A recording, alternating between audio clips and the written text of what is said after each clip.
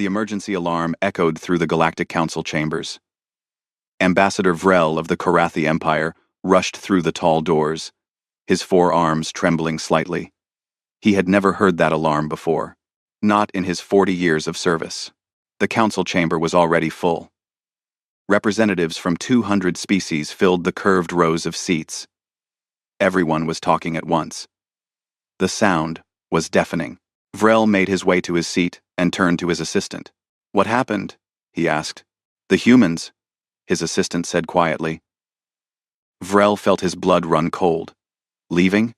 Leaving where? Everywhere. Every human diplomat, trader, and official in the galaxy. They're all going home. Vrel pulled up his data screen with shaking hands. The reports were flooding in from across the galaxy. Human embassies were closing. Human trade ships were turning around mid-route. Human research stations were being abandoned, all within the last 6 hours. On the main council screen, a message played on repeat. It was Ambassador Jake Morrison, the chief human representative. He stood in front of Earth's blue and green flag. He looked tired, but calm. "To the Galactic Council and all member species," Jake said. "Humanity thanks you for 50 years of diplomatic relations. We have learned much from you. We have shared what we could with you, but effective immediately. Earth is withdrawing from all diplomatic activities. Our embassies will close within 48 hours. All agreements will be honored through their completion, but no new agreements will be made. We wish you well." The message ended. That was it. No explanation. No demands. No anger in his voice. Just a simple goodbye. The council erupted in chaos. The chairman, an elderly Zenth with gray scales, banged his sonic gavel repeatedly. "Order. We must have order." Slowly, the noise died down. The chairman's voice was strained. "Does anyone have additional information?" The Zenth trade minister stood up. "We were in the middle of negotiating a mining agreement with humanity. 20 star systems involved. Billions of credits. This morning, their entire negotiation team packed up and left. They said the deal was canceled. They apologized for the inconvenience. Then, they were gone." A Vortan military officer rose next. "Our joint training exercise with the human fleet was scheduled for next month. We received a message this morning. Cancelled. No reason given. More reports came in. Human students were leaving alien universities. Human doctors were leaving alien hospitals. Human engineers were abandoning joint projects. Every single human in the galaxy was going home." Vrel finally found his voice. "Has anyone tried to contact Earth directly?" The chairman nodded. "We've sent 50 messages in the last 3 hours. All communication channels are still open, but no one is responding. The messages are being received, but there's no reply." "What about the humans still here?" someone asked. "Can we talk to them?" "We've tried," the chairman said. "They're polite but say nothing. They're following their orders to evacuate. That's all." Vrel stood up. His voice carried across the chamber. "The Korathi Empire has been humanity's closest ally for 3 decades. We have shared military intelligence with them. Our children study in each other's schools. Last month, I had dinner with Jake Morrison. He seemed perfectly happy. He gave no indication anything was wrong." The chairman looked at him sadly. "Ambassador Vrel, you were his friend. What did we do? What made them leave?"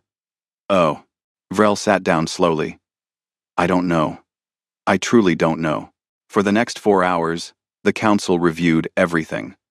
They pulled up 50 years of human diplomatic history. Humans had arrived in the galaxy like excited children, eager to meet new species and learn new things. They joined the council quickly. They were friendly, adaptable, and surprisingly good at solving problems.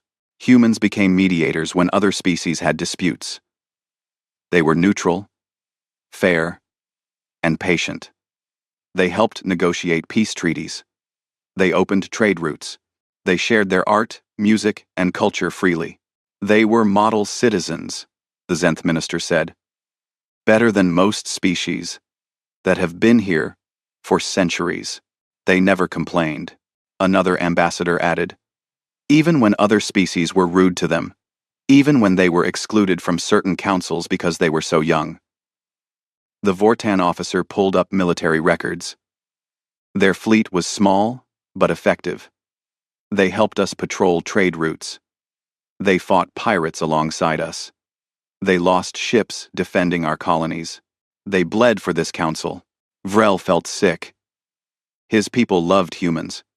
The Korathi and humans had become true friends, not just allies. They understood each other. Or, he thought they did. There must be something in the records, the chairman said desperately. Some complaint. Some incident. Something. They searched for hours. There was nothing. No formal complaints filed.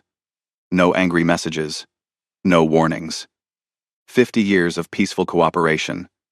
And then suddenly, silence. As the council meeting dragged into its 8th hour, a message alert appeared on Vrel's personal screen. It was from Captain Amy Rodriguez, the head of security at the Human Embassy. She had been his friend too. The message was brief.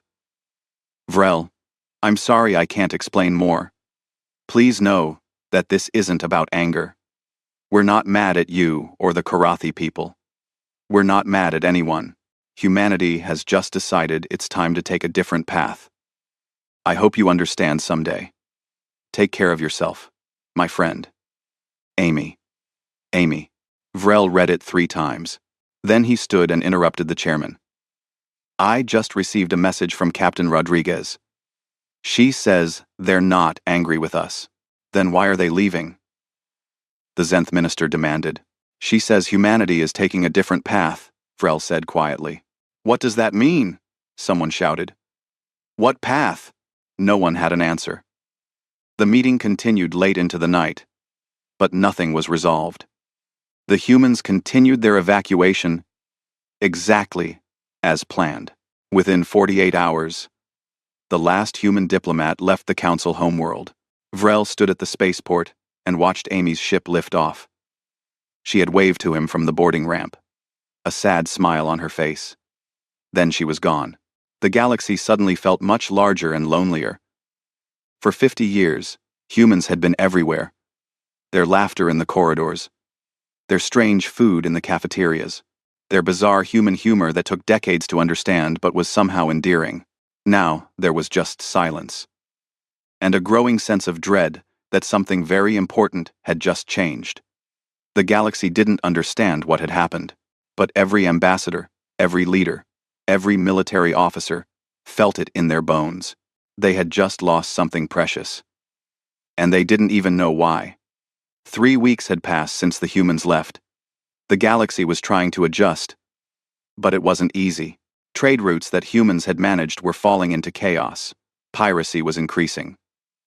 Small disputes between species were escalating because there were no human mediators to calm things down. Dr. Ben Carter stood in the lobby of the Korathi Science Academy, waiting for his final transport home. He was the last human researcher on the Korathi homeworld. He had stayed behind to finish some paperwork and say proper goodbyes to his colleagues. Professor then, his Korathi research partner, approached him slowly. The old alien looked tired. Ben, please, before you go, tell me something. Anything. Why are you leaving? What did we do wrong? Ben set down his bag and looked at his friend.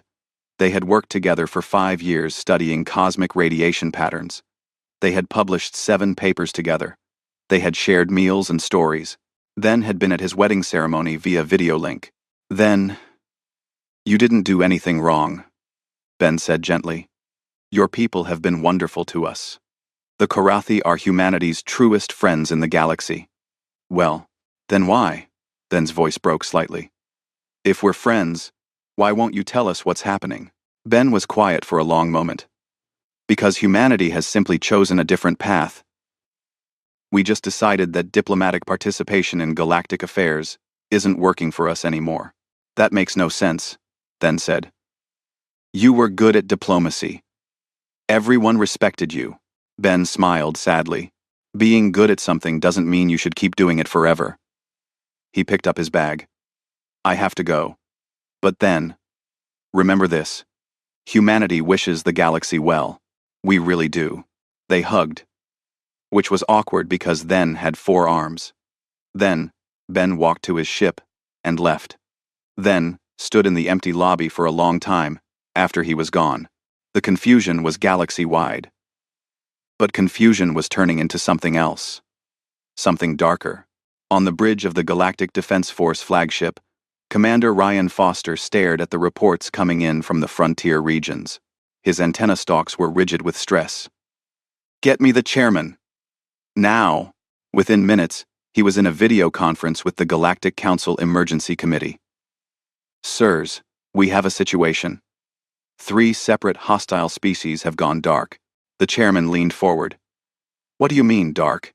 "The Drell warlords, the Shakarn Dominion, and the Vrix swarm. All 3 have been hostile to Council space for decades. All 3 have been especially hostile to humanity. And all 3 have stopped responding to any communications in the past 2 weeks. Perhaps they're planning something," a counselor suggested. "That's what we thought," Ryan said. "So, I sent scout ships. They just reported back." He pulled up images on the screen. The council chamber went silent. The images showed destruction on a scale they had never seen. Drell military stations were torn apart. Not damaged. Not conquered. Completely destroyed. Massive installations that had taken decades to build were now floating debris fields. "How many casualties?" the chairman whispered. "We estimate 15,000 Drell warriors," Ryan said. "Their entire frontier fleet." More images appeared. Shakarn war cruisers cut in half.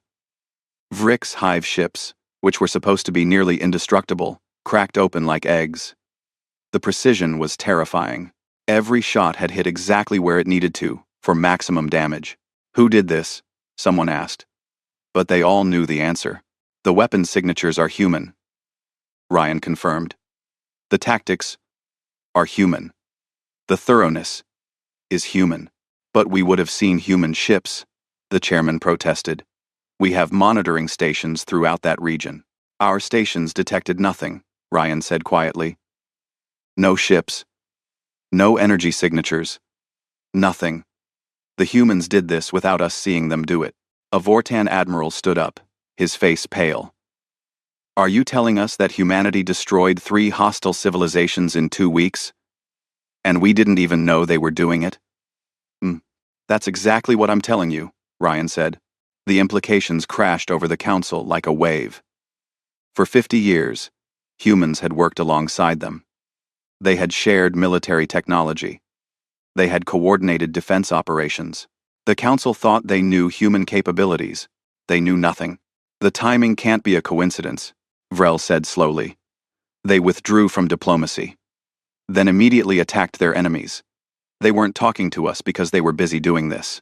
The chairman's hands shook as he pulled up human military records. The council had always known humans had a military. It was small, by galactic standards. Maybe 500 ships.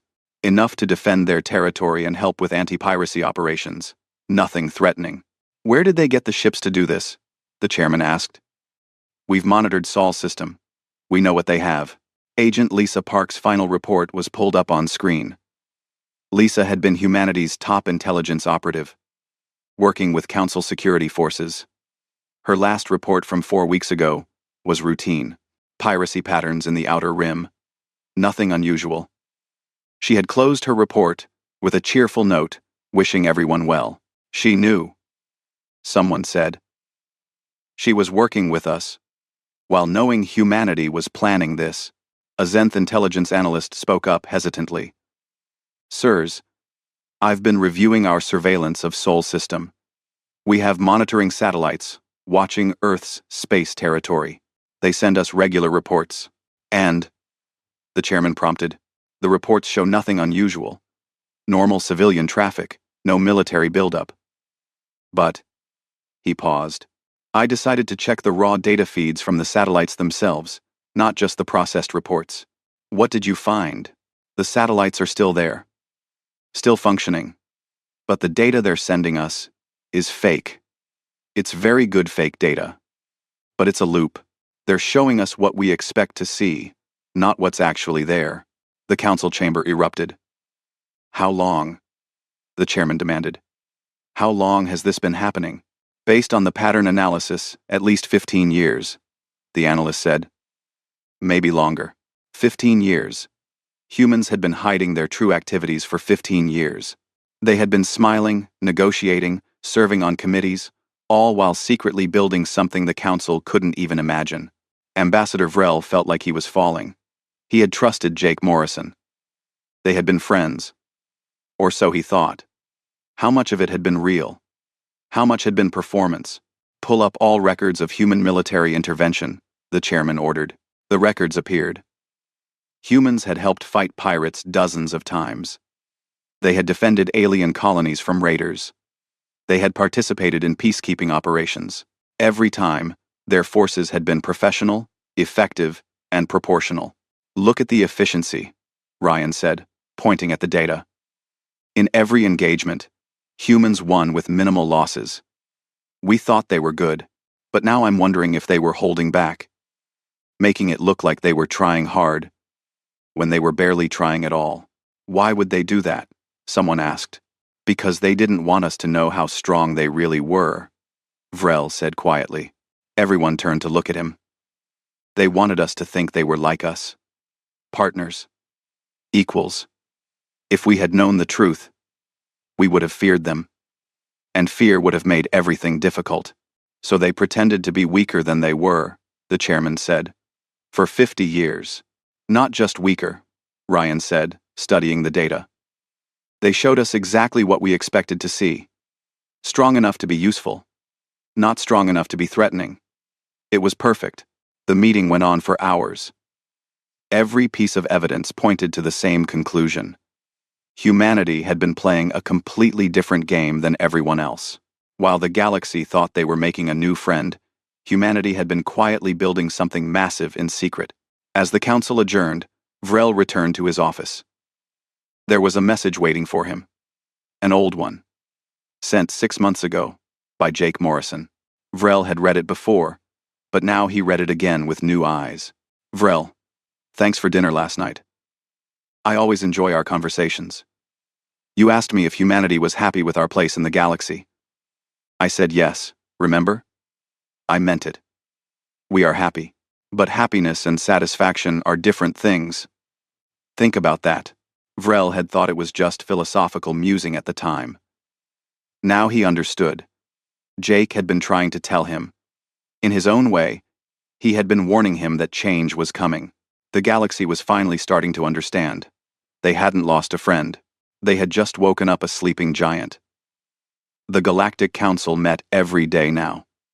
Emergency session after emergency session. Fear was spreading through the galaxy like a disease. Every government was asking the same questions. How strong were the humans really? What else had they been hiding? And most importantly, were they a threat? Commander Ryan Foster stood at the front of the council chamber, presenting his latest intelligence report. He had barely slept in weeks. We've completed our analysis of the attacks on the Drell, Shakarn, and Vrix territories. The numbers are disturbing. The main screen lit up with data. The Drell had 15 military stations in that sector, all destroyed in under 6 hours. The Shakarn fleet numbered 200 warships, all destroyed in under 4 hours. The Vrix hive ships, which we consider nearly indestructible, were eliminated in under 2 hours. How many human ships did this take? The chairman asked. That's the problem, Ryan said. We don't know. Our long-range sensors detected no human fleet movements, no large energy signatures, nothing. It's as if the attacks happened by themselves. A Fortin admiral spoke up. That's impossible. You can't move a fleet that size without someone seeing it, unless their stealth technology is far beyond anything we imagined, Ryan replied. Or unless they didn't need to move a large fleet at all. The implications hung in the air. If humans could destroy 3 hostile civilizations without anyone detecting their forces, what else could they do? And to whom? A new report came in. Ryan read it quickly, and his face went pale. Sirs, We just received word from deep space monitoring stations. There are structures in Sol system that we never knew existed. What kind of structures? Someone asked. Big ones. Our analysts say they're military in nature. Weapons, platforms, shipyards, construction facilities, all hidden behind some kind of screening technology. When they dropped the screens to move equipment, our sensors finally picked them up. The screen showed blurry images of massive installations orbiting various planets and moons in the Sol system. They were huge. Some were larger than most species' orbital stations. How long have these been there? The chairman asked weakly. Conservative estimate? At least 30 years. Some might be older. 30 years. While humans sat in council meetings and smiled and negotiated trade deals, they had been building an empire in their own backyard. The council members looked at each other with growing horror. A messenger approached the chairman and handed him a datapad. The chairman read it, and his face went even paler than before. Everyone needs to hear this. Ambassador Kate Sullivan served on this council for 15 years before she retired 5 years ago. She's one of the most respected human diplomats we've ever known. Everyone remembered Kate. She had been funny, kind, and incredibly skilled at finding compromise. She had personally prevented 3 major conflicts during her tenure. After she retired, she gave a speech to the Earth Diplomatic Corps. The chairman continued. That speech was never meant for our ears, but our intelligence services finally recovered it. I'm going to play it now. Kate's image appeared on the screen. She was older in this recording, speaking to a room full of young human diplomats on Earth. You'll learn quickly that the galaxy is not what you expect, Kate said. The species you'll meet are advanced in technology, but many are still primitive in their thinking. They make the same mistakes over and over. They let pride, fear, and greed control their decisions. She paused and smiled sadly. You'll want to help them. You'll want to show them better ways. But here's what you need to understand. We're not there to change them. We're there to manage them. To keep them from hurting themselves or each other too badly. Think of yourselves as babysitters for a very large, very dangerous kindergarten. The council chamber erupted in angry shouts. The chairman held up his hand for silence. There's more. Kate's speech continued. Some of you will become frustrated. You'll wonder why we don't just take control. We're stronger than most of them. We're smarter than most of them. We could make the galaxy a better place if we just made the decisions. We hope that over time, they'll learn from us, that they'll grow up. The recording ended. The silence in the chamber was deafening. Babysitters, the Zenth trade minister said bitterly. She called us children. Vrel stood up slowly. His voice was calm, but sad. She wasn't entirely wrong, was she? How many wars have we had in the last 50 years? How many times did humans help us avoid catastrophe? How many times did they quietly fix problems we didn't even know we had? What do you mean? The chairman asked. Vrel pulled up a file on his personal screen. 20 years ago, the Korathi Intelligence Service detected something unusual. A species called the Nethrin were developing what appeared to be a doomsday weapon, a planet killer. We were preparing to report it to the council and start formal investigation procedures. He paused. But before we could, the Nethrin program just disappeared. All their research was gone. The scientists involved retired suddenly. The funding vanished. It was as if the whole thing never existed. What happened? Ryan asked. We investigated quietly. What we found terrified us. Humans had discovered the program before we did. They infiltrated the highest levels of Nethrin government. They manipulated their budget committees. They arranged for the lead scientists to receive better job offers elsewhere. They dismantled the entire program without firing a single shot or letting anyone know they were involved. The council stared at him. Why didn't you report this? The chairman demanded. Because the humans asked us not to, Vrel said simply. They explained that if the galaxy knew what the Nethrin had tried to do, there would be panic, trade embargoes, maybe even military action. It would hurt billions of innocent Nethrin citizens. So they fixed the problem quietly and asked us to keep it quiet. We agreed, because it was the right thing to do. How many other problems did they fix without us knowing? Someone whispered. The question hung in the air. How many wars had humans prevented? How many disasters had they averted? How many times had they protected the galaxy from itself, while everyone else went about their business, completely unaware? They were protecting us, the chairman said slowly. All this time, they weren't just participating in our civilization. They were guarding it. Ryan pulled up more data. I've been reviewing human intervention patterns over the past 50 years. There are at least 40 incidents where humans were involved in solving major problems. But in 35 of those cases, their involvement was barely documented. They worked in the background. Krons, they worked in the background. They made it look like the solutions came from us. Why? The Vortan admiral asked. Why hide their good deeds? Because they wanted us to learn, Vrel said quietly. If they solved all our problems for us, we'd never grow. So they guided us, nudged us, helped us find solutions ourselves. Like parents teaching children. The chairman looked old and tired. So for 50 years, humanity watched over us, protected us, taught us, and we never even knew it. And now they've stopped, Ryan said. The question is why? What made them decide we're not worth protecting anymore? A junior analyst stood up hesitantly. Sir, permission to speak? Go ahead, the chairman said. I don't think they've stopped protecting us, the analyst said. I think they've stopped pretending to be one of us. Look at their actions. They eliminated the Drell, Shakarn, and Vrix. Those were the three most aggressive species in Council space. They attacked human colonies regularly. They raided peaceful worlds. They were a threat to everyone. So? Someone asked. So the humans removed the threats, cleanly, efficiently, and they did it without asking permission from the Council, because they knew if they asked, we'd debate it for months. We'd form committees. We'd try to negotiate, and people would die while we talked. The analyst pulled up a map of the galaxy. Humans aren't abandoning us. They're just done playing by our rules. They're doing what they think is right, whether we approve or not. The chamber was silent as everyone absorbed this. It made a terrible kind of sense. Humanity had tried to work within the system. They had been patient for 50 years, but the system was slow, corrupt, and often useless. So they had left the system, and now they were doing things their own way.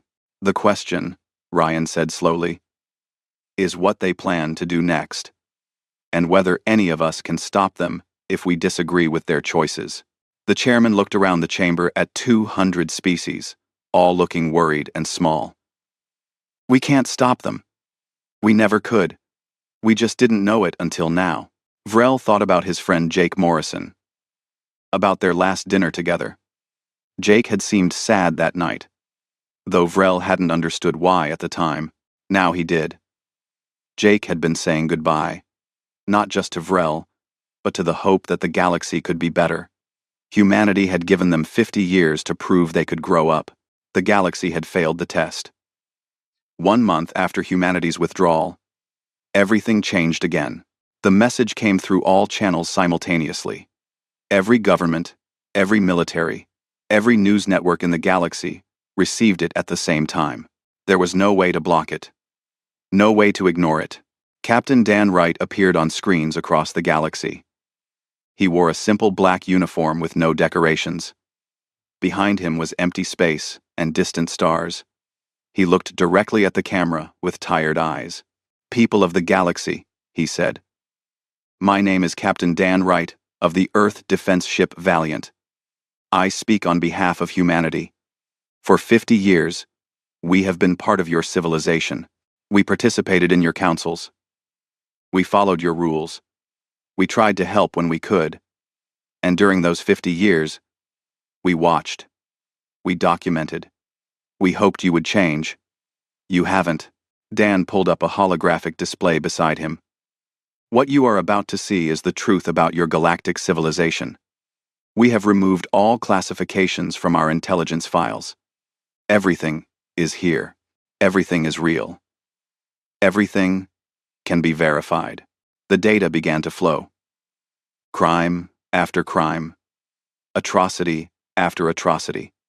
Species enslaving other species while claiming to be democratic. Governments murdering their own people while speaking about freedom at council meetings. Trade empires built on the backs of prisoners who had committed no crime except being born on the wrong planet. The Galactic Council had known about some of it. They had ignored it. Political considerations. Trade relationships. The complexity of interfering in other species' internal affairs. There were always reasons to look away. But humans hadn't looked away. They had documented everything. And now they were showing it to everyone. Case number 47. Dan's voice was emotionless. The Zenth Collective operates 6 labor camps on mining worlds in the Outer Rim. The workers are from conquered species. They work until they die. Life expectancy is 4 years. Council inspectors have visited these facilities 8 times. Each time, they reported no violations. Each time, they were bribed. The evidence appeared on screen. Financial records, video footage, testimony from escaped workers. The Zenth Trade Minister, who was watching this broadcast with the rest of the council, went very pale. Case number 93. The Vortan Republic has assassinated 17 reform leaders in the past 20 years. These leaders were trying to end corruption in their government. They were killed by official security forces. The council was informed twice. No action was taken. More evidence. More proof. Dan's voice never rose. He simply presented fact after fact. The galaxy watched in horror as their civilization was laid bare. Case number 162. The Shakarn Dominion, before we eliminated them, were conducting biological experiments on captive populations. 7 million sentient beings died in these experiments. The council knew. Medical ethics committees were formed. Reports were written. Nothing was done. The broadcast continued for 2 hours. 1,247 documented violations of sentient rights. 892 preventable conflicts that the council had failed to prevent. 34 attempted genocides that humans had quietly stopped without anyone knowing. When it was finally over, Dan looked directly at the camera again. We're not telling you this to make you feel bad. We're telling you this because you need to understand why we left. Your system is broken. Not just flawed. Not just imperfect. Broken at its core. He leaned forward slightly. The Galactic Council is controlled by the oldest and most powerful species. They make the rules. They decide what matters and what doesn't.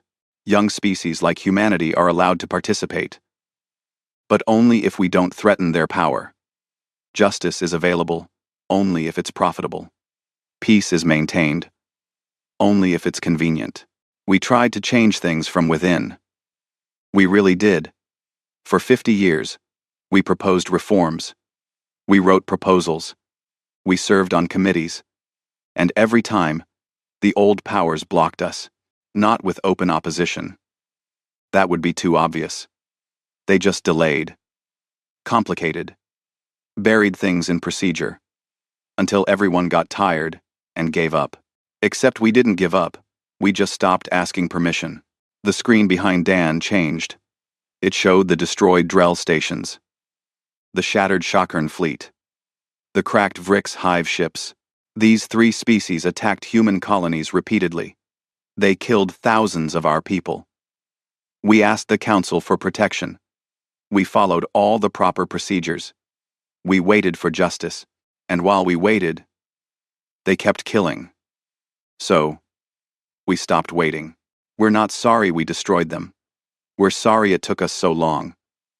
We're sorry we let council procedure matter more than our own people's lives. Dan stood up.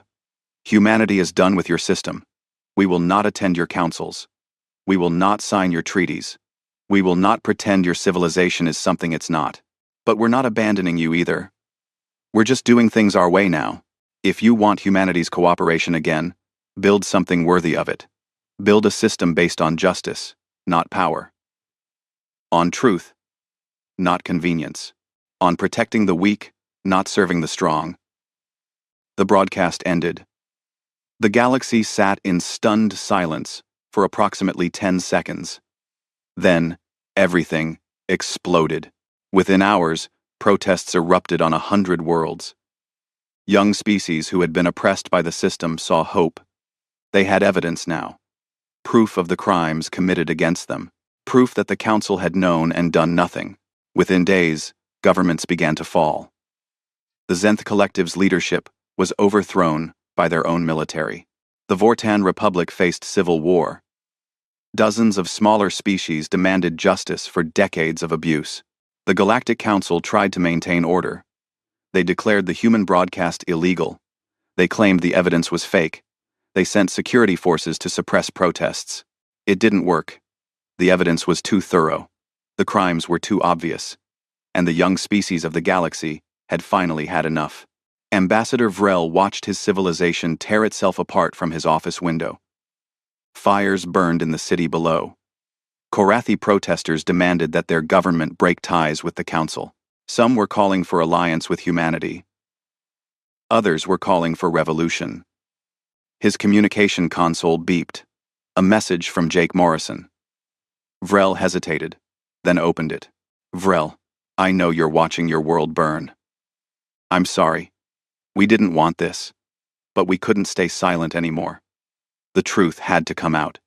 The Korathi people are good. You are good. You were always the one species we felt truly understood us. But even you were trapped in a system that made doing the right thing impossible. Right. There's hope, though. The galaxy is changing. It's painful, but necessary. Like setting a broken bone. It hurts, but it heals stronger. When things settle, when the new order emerges, we'll talk again. Not as council representatives, as friends, as equals, as people who want the same thing. A galaxy where justice actually means something. Until then, take care of yourself and your people. We're watching. If anyone tries to harm the Korathi, they'll answer to us. You're not alone. Jake. Vrel read the message 3 times. Then he looked out the window again. The fires were spreading, but he could also see people organizing. Medical teams helping the injured. Community leaders calming the crowds. Order emerging from chaos. Maybe Jake was right. Maybe this was necessary. The galaxy would never be the same. The old system was dying. What would replace it? No one knew. But for the first time in centuries, real change was possible. And humanity had made it happen. Not through diplomacy. Not through procedure. But by simply telling the truth. Across the galaxy, on the command deck of the Valiant, Captain Dan Wright sat down heavily in his chair. Agent Maria Santos appeared on his screen. She looked exhausted, but satisfied. How bad is it? Dan asked. 40 governments in crisis. 15 species demanding council reform. 3 civil wars. 2 revolutions. Maria reported. It's chaos. Ria. 3. 40-44. Maria reported. Any calls for help? Hundreds. Everyone wants us to save them. To restore order. To choose sides. Dan shook his head. We're not doing that. This is their mess. They need to fix it themselves. Some species are going to die during this chaos, Maria said quietly. I know. But if we save them now, we'd have to save them forever. They need to learn to save themselves. Dan looked at the starfield ahead. We'll intervene. If there's genocide. If there's mass atrocity. But short of that, they're on their own. Some people are going to call us monsters for this, Maria said. Some people already are, Dan replied. But we didn't create this mess. We just stopped pretending it didn't exist. The galaxy was burning. But from the ashes, something new could grow. Something better. Humanity would make sure of it. 6 months had passed since humanity's revelation. The galaxy was still burning. But the fires were different now. Not destruction. Transformation. The Galactic Council still existed, but barely. Half the member species had withdrawn. Others had formed new alliances. The old power structures were crumbling. Some peacefully, others through violence. On Earth, President Emma Hayes stood in the Situation Room, watching reports from across the galaxy. Her advisors surrounded her, all looking tired. They had been working around the clock since the withdrawal began. Status report, Emma said quietly. Admiral Greg Palmer spoke first.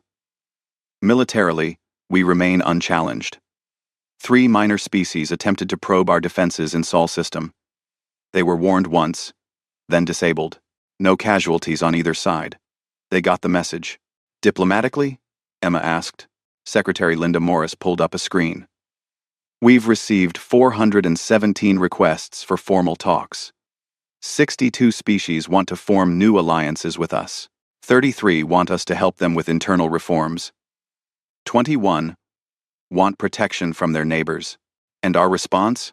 The same to all of them. We're not interested in formal alliances. We're not joining new councils. We're not playing the same game with new rules. If they want to talk, they can talk. But we're not promising anything. Emma nodded slowly. What about the humanitarian situations? A different advisor spoke. There are currently 9 major crisis zones, 3 civil wars, 4 famines, 2 plague outbreaks, all preventable, all the result of governmental collapse or corruption. And we're doing nothing? Emma asked. We're doing plenty. We're just not doing it officially. The advisor pulled up a map. Medical supplies are reaching plague zones through anonymous shipments. Agricultural technology is appearing in famine regions. Someone is providing clean water systems to refugee camps. Emma smiled slightly. And no one knows it's us? They suspect. But we're not confirming. The supplies arrive with no markings. The technology transfers happen through proxies. We help those who can't help themselves. But we're not making it a political statement. Across the galaxy, this pattern played out over and over.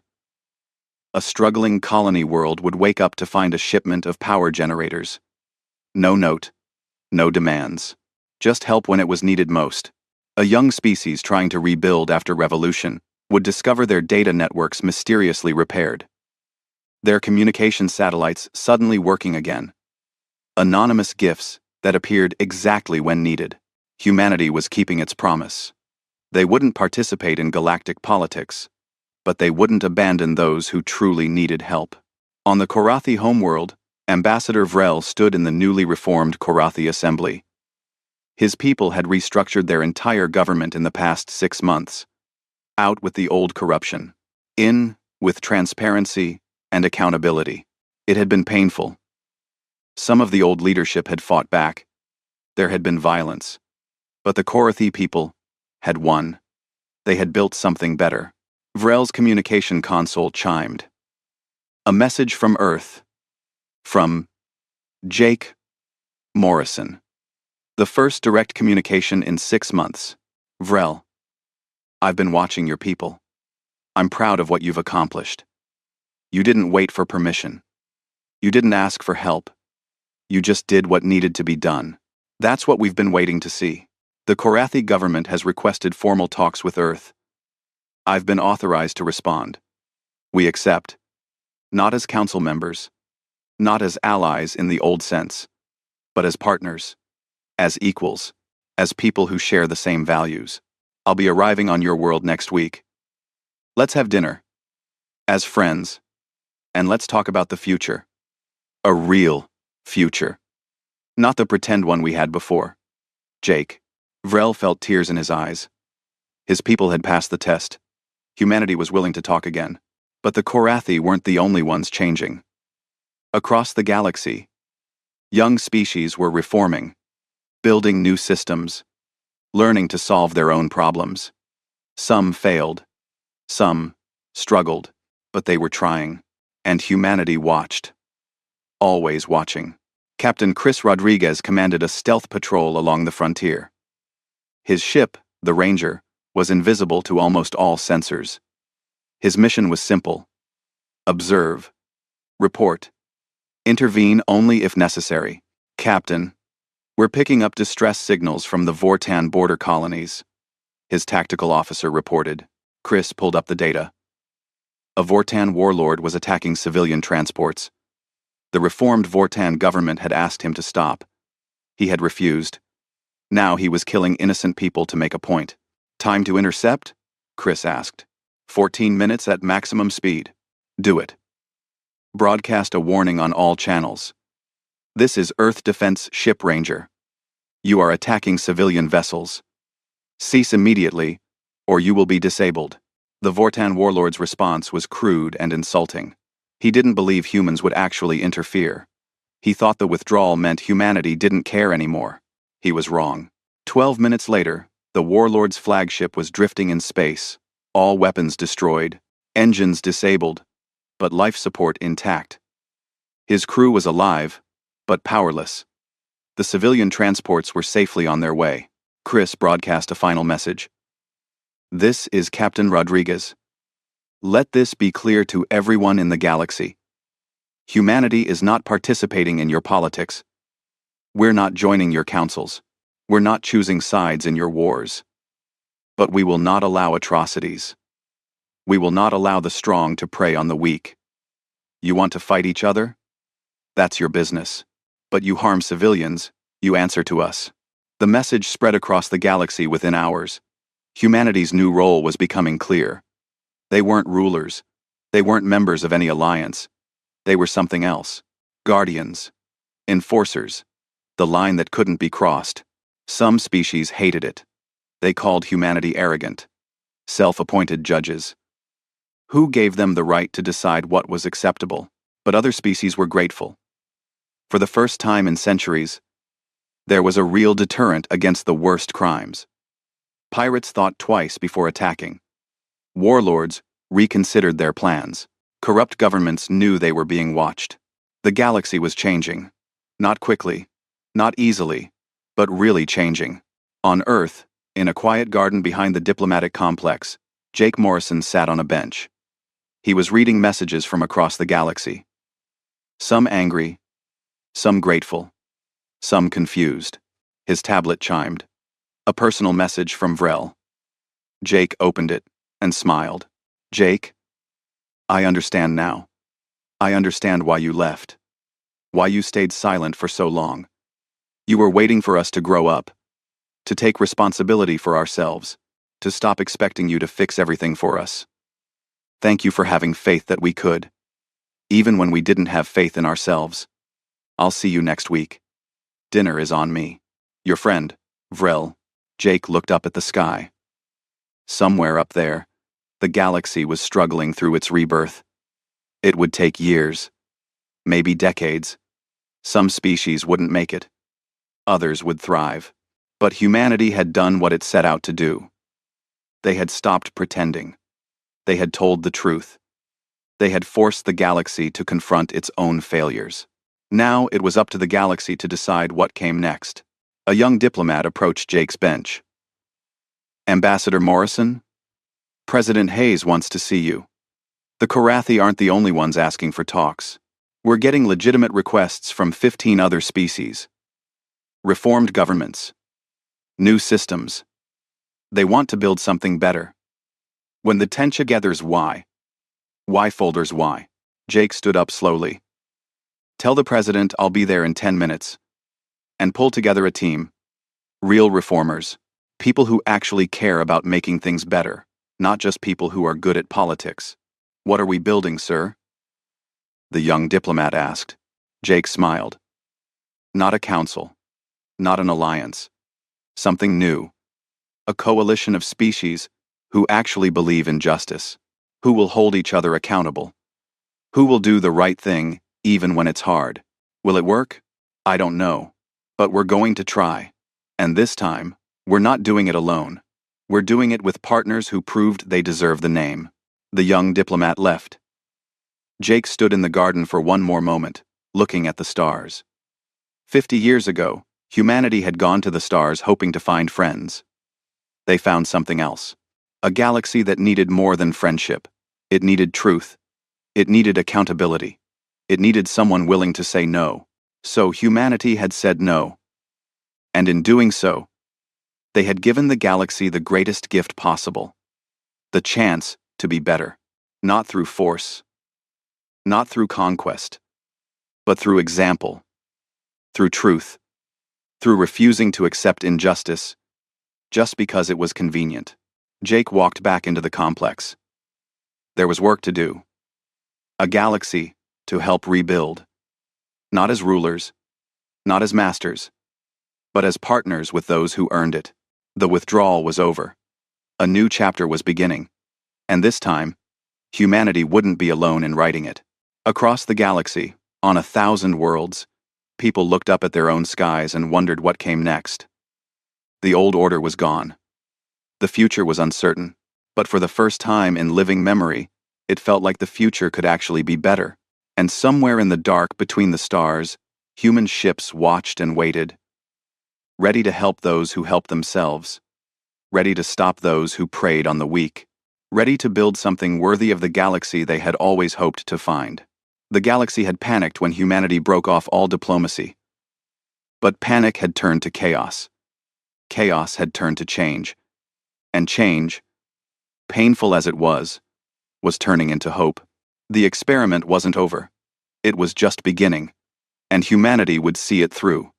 Not as the galaxy's masters, but as its conscience, as its guardians in the dark, as the promise that justice, real justice, was still possible, if enough people were willing to fight for it.